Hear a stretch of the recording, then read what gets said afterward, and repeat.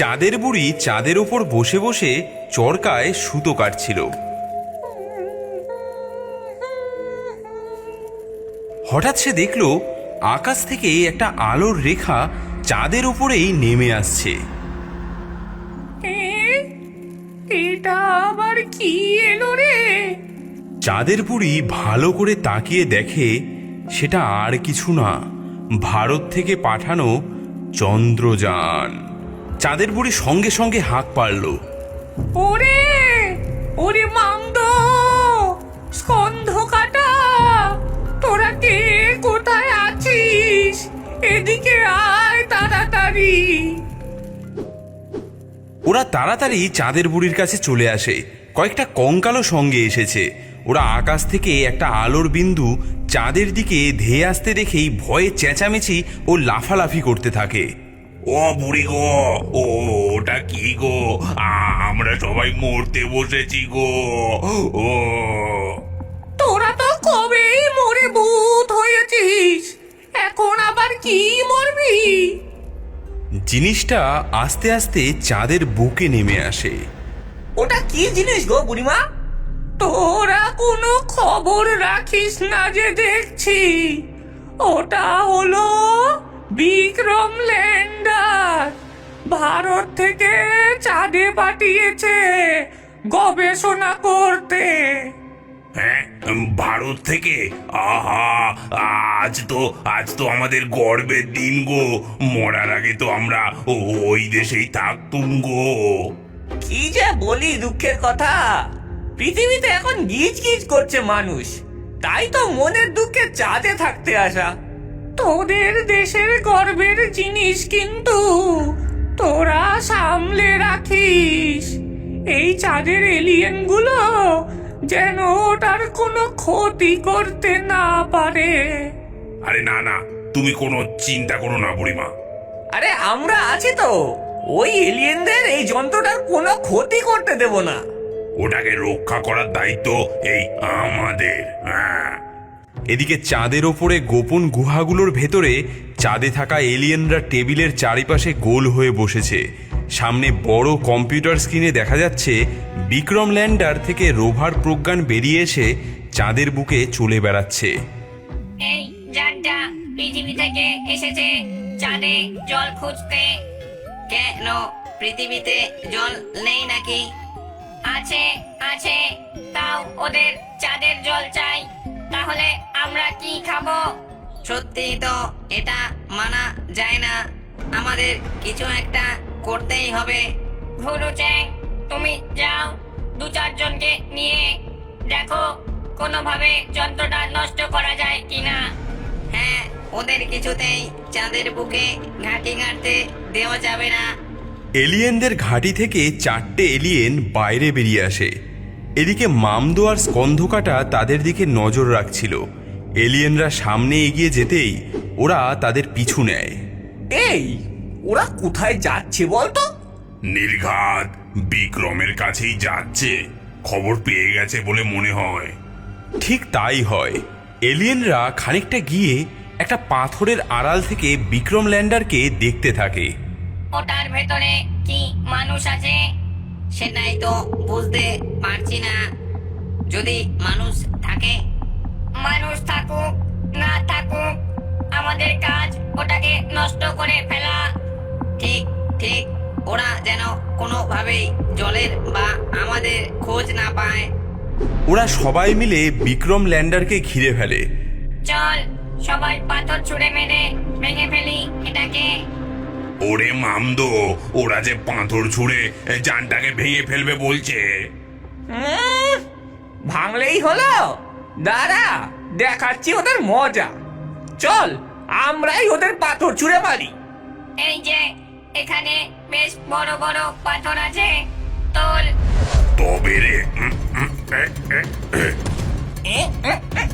খা খা বেটা। ওরে বাবারে, আমাদের উপর থেকে পাথর আসছে। দেখ দেখ, ওরে বাবারে, গেলুম রে। ভূত ভূত, পৃথিবীর মতো এখানেও ভূতে ঢিল মারছে রে। সবাই পালাও পালাও পালাও, নইলে আমাদের মাথাগুলো আর আস্ত থাকবে না। এই বলে এলিয়েনরা দৌড়ে পালিয়ে যায়। দেখ কেমন মজা দেখালাম। বেজায় ভয় পেয়েছে রে মামদ, এলিয়েনরাও ভূতের ভয় পায়। এদিকে এলিয়েনরা ভূতের হাতে মার খেয়ে নিজেদের গোপন আস্তানায় ফিরে গেল। সেখানে বড় স্ক্রিনে ল্যান্ডারের ছবি দেখানো হচ্ছে। সে একটা খাদের কাছাকাছি পৌঁছে গেছে, যেখানে টলমল করছে জল। হেড এলিয়েন বলল, গুরু চ্যাংকে পাঠালাম যন্ত্রটা নষ্ট করতে, তারা মনে হয় কিছুই করতে পারলো না। এরা তো এবার জল খুঁজে পেয়েই যাবে মনে হচ্ছে। সত্যি তো মহা মুশকিল, ওরা যে কোথায় গেল? এমন সময় ঘুরুচ্যাংকে আসতে দেখা গেল। তাদের কারোর মাথা ফুলে আলু হয়ে গেছে, আবার কারো কারো মাথায় ব্যান্ডেজ বাঁধা। হেড এলিয়েন তাদের দেখে জিজ্ঞেস করলো, কি ব্যাপার, তোমাদের এরকম অবস্থা হলো কিভাবে? আর বলবেন না, ওই যে যন্ত্রটাকে পাথর ছুঁড়ে মারতে গেছি, দেখি আমাদেরই কে যেন পাথর ছুঁড়ে মারছে। সব ওই ভূতগুলোর কীর্তি। ওরা পৃথিবীর লোক ছিল কিনা আগে, তাই আমাদের ঢিল ছুঁড়ে মারছে। আচ্ছা, ওদের এত বড় সাহস, ওই যানটাকে আমরা ধ্বংস করবই। দেখি ভূতগুলো কেমন করে আটকায়। সেদিন রাতে এলিয়েনদের বড়সড় একটা দল এগিয়ে যায় বিক্রম ল্যান্ডারের দিকে। তাদের এক একজনের হাতে অত্যাধুনিক সব মেশিন গান। ওই যে যন্ত্রটা, সবাই এগিয়ে চলো। ওটাকে জল খুঁজে পেতে দেওয়া যাবে না, ভেঙে ফেলো ওটাকে। এদিকে চাঁদের বুড়ি চরকা কাটছে, আর ব্রহ্মদৈত্যী পাশে বসে গল্প করছে। মামদো সেখানে ছুটতে ছুটতে আসে। মামদো হাঁপাতে হাঁপাতে বলে, শিগগিরই চলো সবাই, ওই এলিয়েনগুলো বিক্রমের উপর হামলা করতে যাচ্ছে। সে কি, এটা তো হতে দেওয়া যায় না, তোমরা চলো। চাঁদে যত ভূত ছিল সবাই মিলে এগিয়ে যায়। মামদো, স্কন্ধকাটা, পেতনি, শাকচুন্নি সকলে। ব্রহ্মদৈত্যী সবার আগে। ওরা গিয়ে দেখে উল্টো দিকে এলিয়েনরা ততক্ষণে পৌঁছে গেছে। বিক্রম ল্যান্ডার মাঝখানে দাঁড়িয়ে। চলো আগের মতোই ওদের পাথর ছুঁড়ে মেরে তাড়িয়ে দিই। না না, দাঁড়াও, আমরা এদিক থেকে পাথর ছুড়লে মাঝখানে ওই যানটার গায়েও লাগবে, ওটার ক্ষতি হবে। তাহলে এখন কি করা যায়? আমার মাথায় একটা বুদ্ধি এসেছে, শোনো, আমরা ওদের ঘাড়ে চেপে ওদের মেরে তাড়িয়ে ছাড়বো। চলো সবাই। সব ভূতেরা হিহি করে হাসতে হাসতে উড়ে গিয়ে এলিয়েনদের পিছনে গিয়ে ওদের টিকি ধরে টানতে থাকে এবং ক্যাতুকুতু দিতে থাকে। এলিয়েনরা তো এইসব কাণ্ড কারখানা দেখে ভ্যাবাচাকা খেয়ে যায়।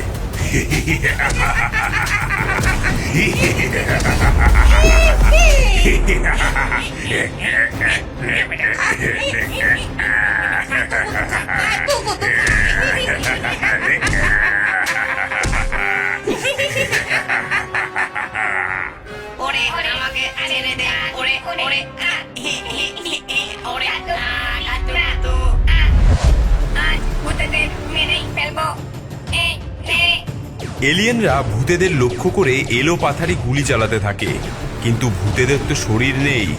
ওদের দেহ ভেদ করে সবগুলি বেরিয়ে যায়। ভূতেরা হিহি করে হাসতে থাকে। এদিকে এলিয়েনদের ছোড়া গুলি উল্টে এলিয়েনদের গায়েই লাগতে থাকে। ওরে ওরে ওরে ওরে গেলুম গেলুম, আমাকে কেউ বাঁচাও, বাঁচাও আমাকে। ধরেছি। কেমন মজা লাগে। আমাদের ল্যান্ডার মারছিস।